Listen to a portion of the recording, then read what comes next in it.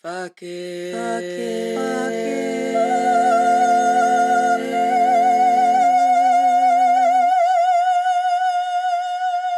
it. Hey, mama. If you are a mom and are tired of the wash, rinse, repeat burnout cycle of motherhood, this podcast is for you. If you feel lonely and isolated in your motherhood journey, this podcast is for you. If you feel like you have completely lost your identity since your babies were born, this podcast is for you.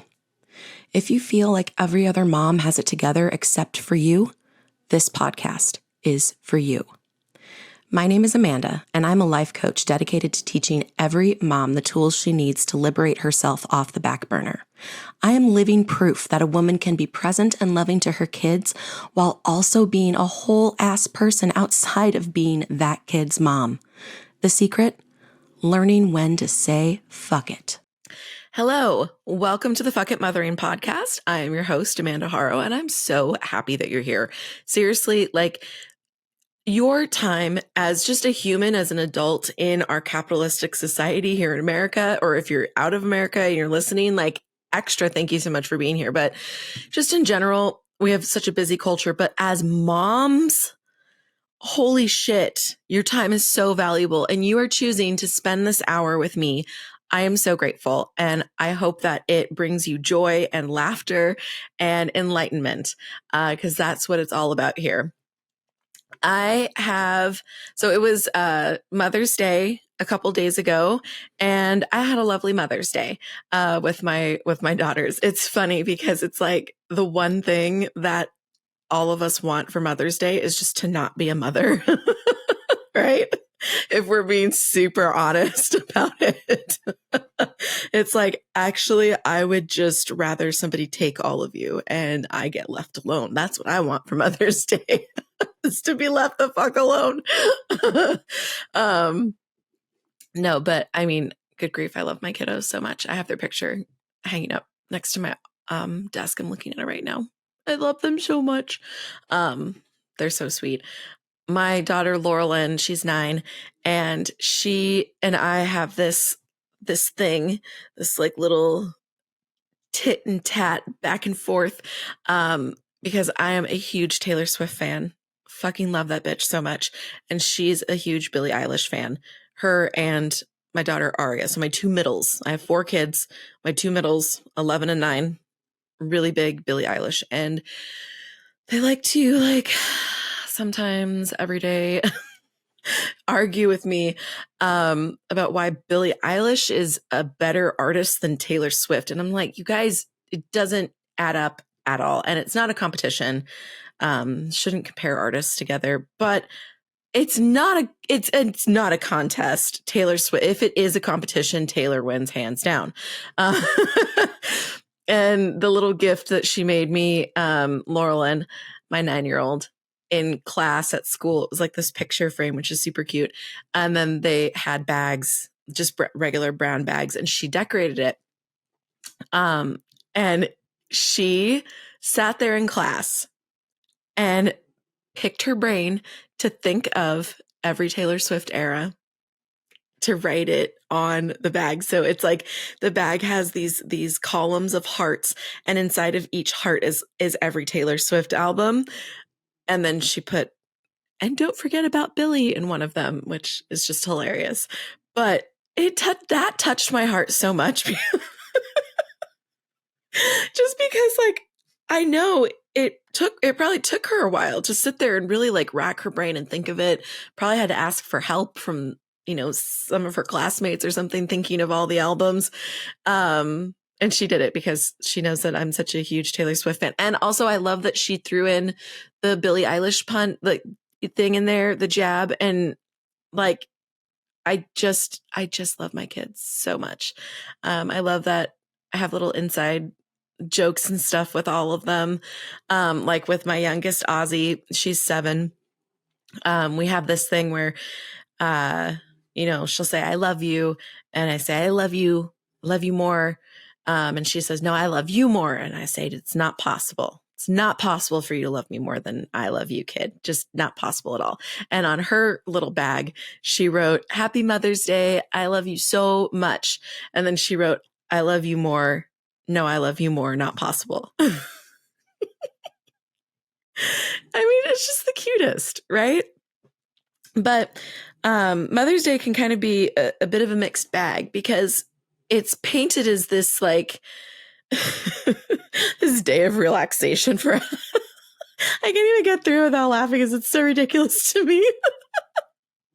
It's like, it's pumped out into like fucking advertisements that it's supposed to be like this day of relaxation for us where we're pampered and people do all the things that we normally do. And that doesn't happen. And it just does not happen that way. But I used to get my hopes up and would always be like just disappointed. But it was more than disappointment. It made me feel like unworthy, like not validated, not seen, right? Because we do so much for our families. We sacrifice so much of ourselves in the taking care of our families and doing all of the things. And we often feel like just not validated, and that our family doesn't see that struggle and all that sacrifice and all of the hard work that we put into it.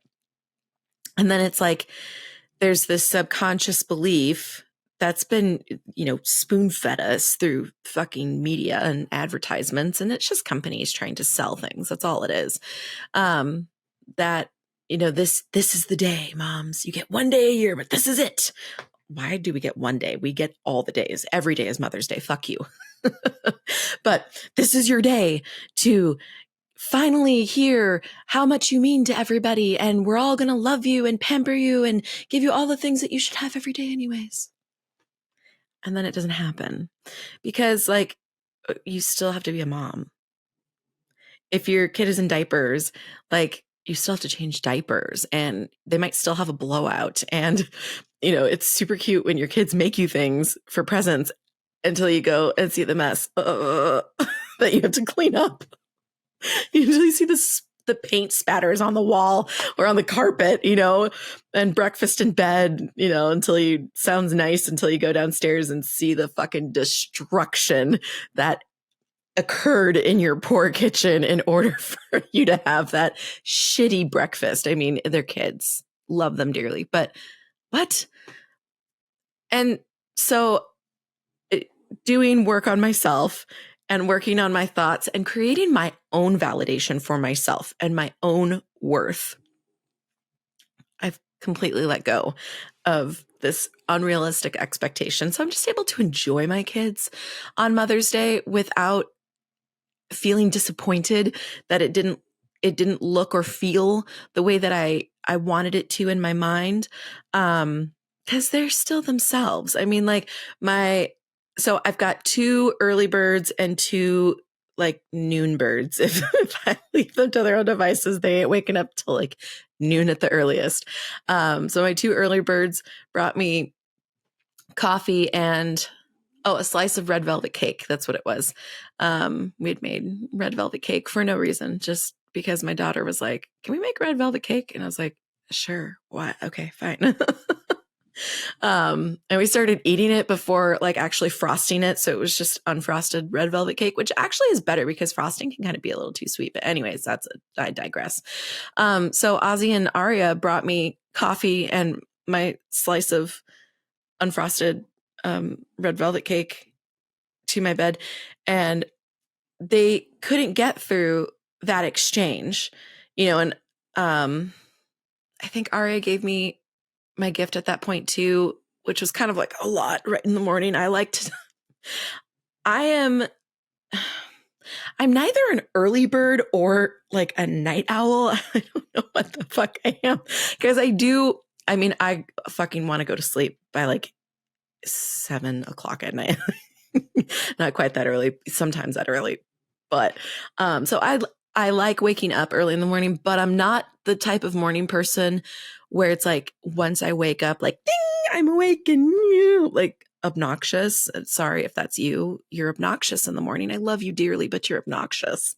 I am more of the morning person where it's just like, yes, I like to wake up early in the morning, but I want to be left the fuck alone. I don't want to talk to you. I want to have my entire cup of coffee, possibly 2 cups of coffee. I want to have time with my journal and my book once I'm awake enough to do that. I just want to sit and be with my coffee. So they were like coming at me hard and fast right in the morning. But they were fighting, is my point. It's like, that just is what it is. They are going to fight. And we ended up going to the river later on in the day. And it was like this domino effect where like one of them started bitching about 20 minutes into us being there. And then it's like started catching like the fucking stomach plague. And they all started bitching about wanting to leave because it was boring. And I want to get ice cream. And I just basically told them to fuck off. I was like, I'm not done soaking up this vitamin D and reading my book. Leave me alone. Go pick some grass over there. Go play with the sand. I don't care what you do. Just we're not leaving yet. I was able to enjoy the day for what it was, right? Instead of like building up some unrealistic expectation in my mind. It just doesn't work out that way. I still was doing laundry, still was doing dishes, still packed us all up in order to go to the river. And that's okay. I hope you had a wonderful Mother's Day, as wonderful as one can have with children in tow. And if you didn't, if you fell victim to unmet expectations and feeling a little less than by the end of the day, I want you to schedule your free 1-hour consultation so we can talk about how coaching can help you with that. Because you can learn how to create your own validation and your own worth. I did it. Anybody can do it.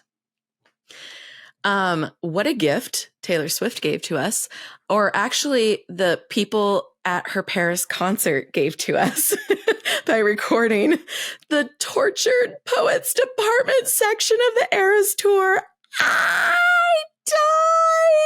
I die.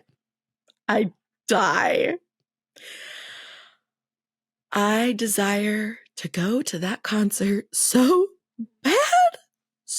bad. I'm just going to speak it out into the universe. I am going to the Eras Tour. I don't know how. I don't know when.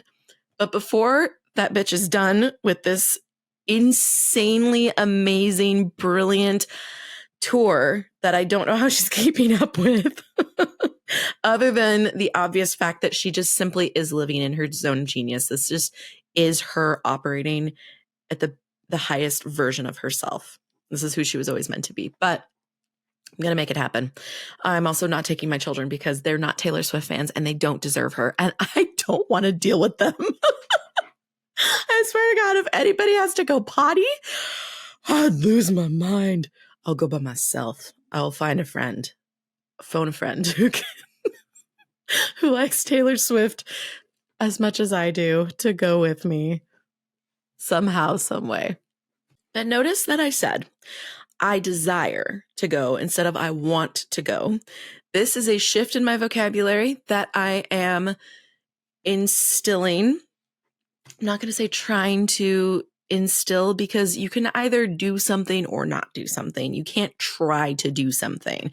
And if you need an example of this, like a tangible example that you can do for yourself, I want you to pick up a pen and try to write on a piece of paper, but don't actually do it. You have to try to write on it. And you will see how ridiculous it is when we say that we are trying to do anything. You can't try to do something. You're either doing it or you're not. When we phrase things as trying to do something, it's code for I want to do this, but I'm not going to for whatever reason. Anyways, I listened to, and I'm actually re-listening to this book that has completely changed my life. It's called A Happy Pocket Full of Money. I think I mentioned it in the intro for last week's episode with Carolina. If you haven't gone to listen to that episode yet, please go listen to it. Her story is so good. It's so good. So this book is free for premium Spotify members. So if you pay for your Spotify subscription so you don't have ads, you will be able to listen to this book for free. So you don't even have to go and like buy a book. You don't have to spend any money. It will fucking change your life. I promise you it will change. If you let it, it will change your life. It's about wealth consciousness and increasing your awareness to how money works, how abundance works, how wealth works, and how those are three separate things. And in it, he talks about how we should all eliminate the word want from our vocabularies, because when you want something, you are then in a state of wanting, and you can't achieve anything. You can't get the thing that you desire in a state of wanting. Wanting just perpetuates more wanting. And the example that he gives in the book is if you're hungry and you want food, you don't actually get the food until you switch states, until you become someone, instead of who wants the food, to someone who has the food. And then your desires are met. And so when you're talking about things that you would like to do, or things that you would like to have, or things that you would just like to acquire, whatever it is, to talk about it like that, like I would like, or I desire. I have everything that I need. I desire to have this also.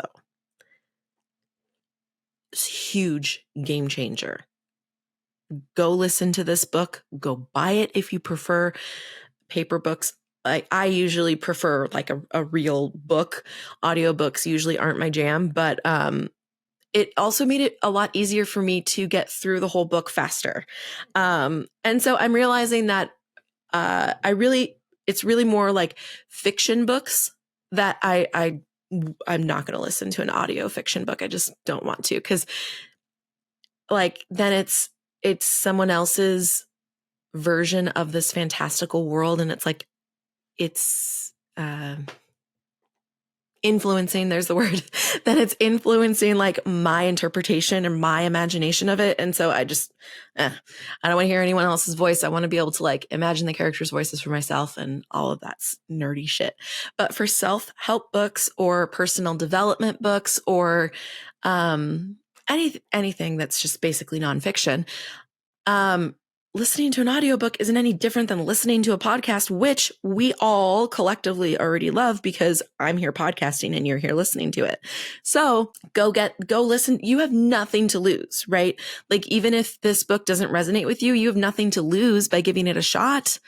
You have everything to gain, because it could be the thing, like for me, that puts you to that next level, that gives you the thing that you need to step into your next abundant, wealthiest self, whatever it is that you want in your life, you desire.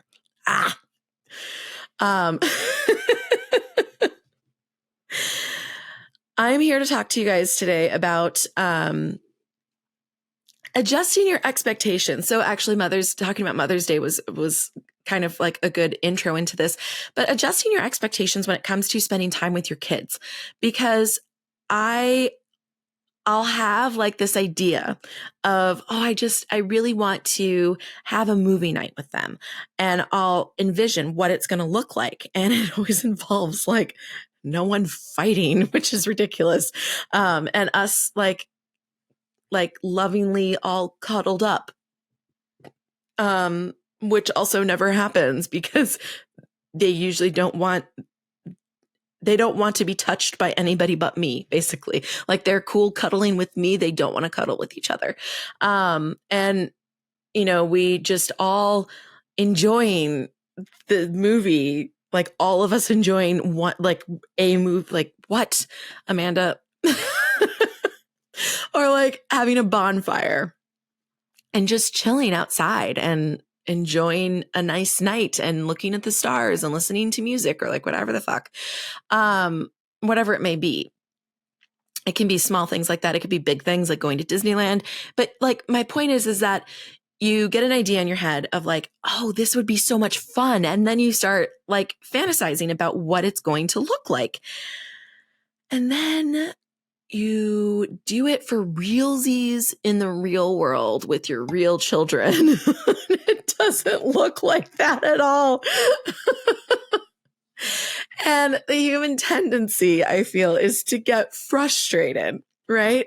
And to be like, no, this isn't what it was supposed to be. This isn't what it was supposed to sound like or feel like or be like. And then you start like fighting with your kids to try to make them like be the version that they were in your fantasy. So you can have this like, this just nice kumbaya family moment. Okay. Why is that a crime?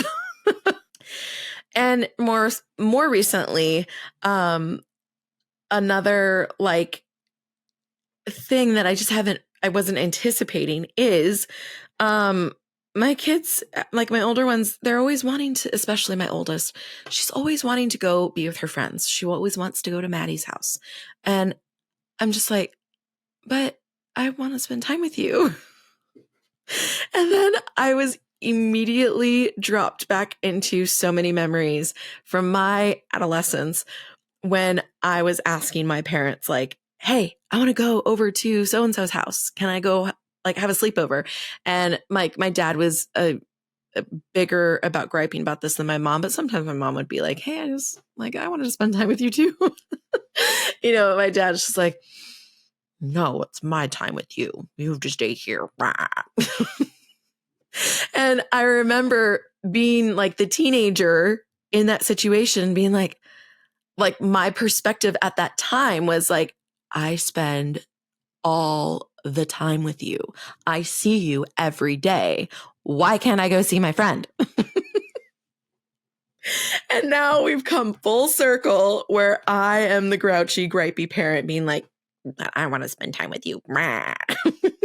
And then being in a co-parenting situation with their dad, they are with him every other week. So when we switched to that schedule, it really like I had such a grieving season of like just allowing the truth to settle in that my time with my kids now got cut in half. And my oldest daughter was 8 at the time, and I was like, I only have 10 years until she's 18. And now it's basically 5 years. I mean, it's not, but week to week, it's like 10 years cut in half is really like 5 years. It's like, what the fuck? It was really painful. And sometimes it still is painful, just because I'm obsessed with my kids and I love them so much and I miss them so much when they're with their dad. But they're still growing up, and it's totally normal for them to want to spend time with their kids. Good God, with their friends. And it's totally normal for them to fight with each other and for us to argue over what movie we're going to watch. And, for only 50 to 75% of them to be outside with me by the bonfire because somebody is cold or they don't want to deal with the bugs or they just don't feel like it. Right. And when we were at the river on Sunday for Mother's Day, my 2 oldest ended up sitting in the car for a bit because they're just like, I don't want to be here. Can I just go sit in the car? And I was just like, yeah, that's fine. I don't care what you do. And I truly meant that. I wasn't like being resentful, or, passive aggressive in saying that. It truly was just like, you do you.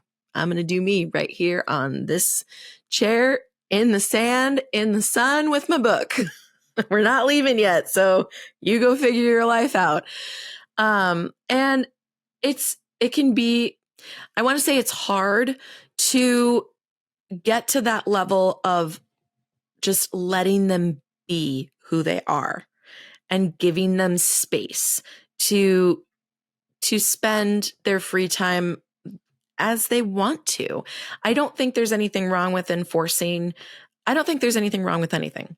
First of all, that is like a very core tenet of Fuck It Mothering, is that you mother the way that works best for you. Period. End of story. But that's going to look different than what's best for me and what's best for her and what's best for her. We're all different. We're all unique. So are our kids. The only one who knows what's best for you and your kids is you, and vice versa. But there will be times when I force them to, like, I force us to have like family time. But not all time needs to be family time. They need the space to be autonomous humans, while they still have the safety of coming back home, to process and to heal from hurts that happen. And, while they're figuring out, like, okay, what are my values? And also they're building their families too, because I'm also a firm believer of, friends are the family that you choose. But that's hard to internalize when you're the mom and you're letting your kids go off and find their chosen families. 'Cause it's like, but I'm your family. But we can't be their only family, right? And I remember one night recently, I made a bonfire and I was, hoping that they would want to come out. Someone had a friend over and another one wasn't even here. She was at her friend's house. And it ended up being me outside at the bonfire by myself for a while. And I was allowing myself to be sad so that I could process like what I was thinking and feeling and the beliefs and stuff. You have to allow the negative emotions to be there because they're there to teach you. So I was allowing myself to be sad and allowing myself to feel lonely. But then also I was like, but loneliness is a thought. So like, what is actually going on here, Amanda? And the thought crept up that, well, this is really exposing my desire to have a partner, because if I had a partner, then the kids could like just be themselves and do what they want, but I wouldn't be alone. I wouldn't be myself. But then immediately I was like, wait, that's not true. That's not true. Because when I was married, he would have been inside. He would have been inside watching a TV show or on his phone playing a game or like whatever. He was not like an outside person. I still would have. So if I was still married, my ass still would have been at that bonfire by myself. And so it was just a moment of like, oh, I just need to be okay with myself. I need to let this be okay. And like I wanted to be outside. I wanted to look at the stars and I wanted to enjoy the nice crisp air of the spring night by a bonfire. And so then the question was like, okay, Amanda, then why aren't you? Why aren't you? You wanted to do this because this stuff brings you joy. So why are you taking your joy away by thinking that it's a problem that you're doing it on your own, by thinking that it would be better if someone else was with you? Why can't you just be enough? That was a fucking powerful question for me to sit with, y'all. And so I do my best to give my kids space to live their own lives, and to explore their friendships because they're finding their chosen family. Again, while they are still in this sort of virtual reality, sort of, it's not, they still have the safety of coming back home, of resetting, of having their mom help them, when they mess up, when they make a mistake, when they realize, oh, I don't like who I'm becoming when I'm with this friend group, but I also don't know how to leave them because I'm terrified to sit at lunch by myself.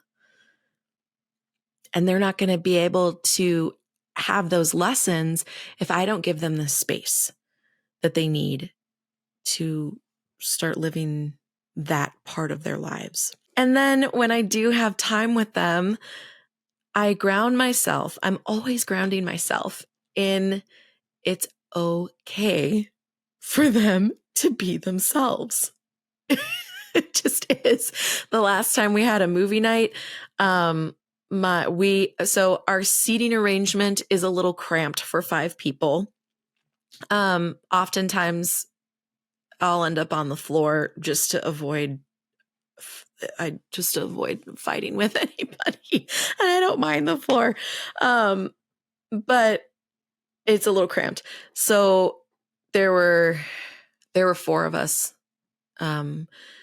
trying to cram onto the one long couch, and Aria, my 11-year-old, was not having it with Oswin, the 7-year-old, touching her. Like, they sat next to each other and we had enough space. It's not like we were like sardines, but she was just like, your feet are touching me. I can't. And she got up and went to her room, and she just didn't watch the movie with us. Actually, she ended up watching, she watched the same movie, but just on her phone in her bedroom because she could not handle her sisters touching her. She just needed her own space. And there was like the initial moment where I was like sad because we weren't all physically together in the same room. And I just wanted like an evening with all of us, like doing the same thing together.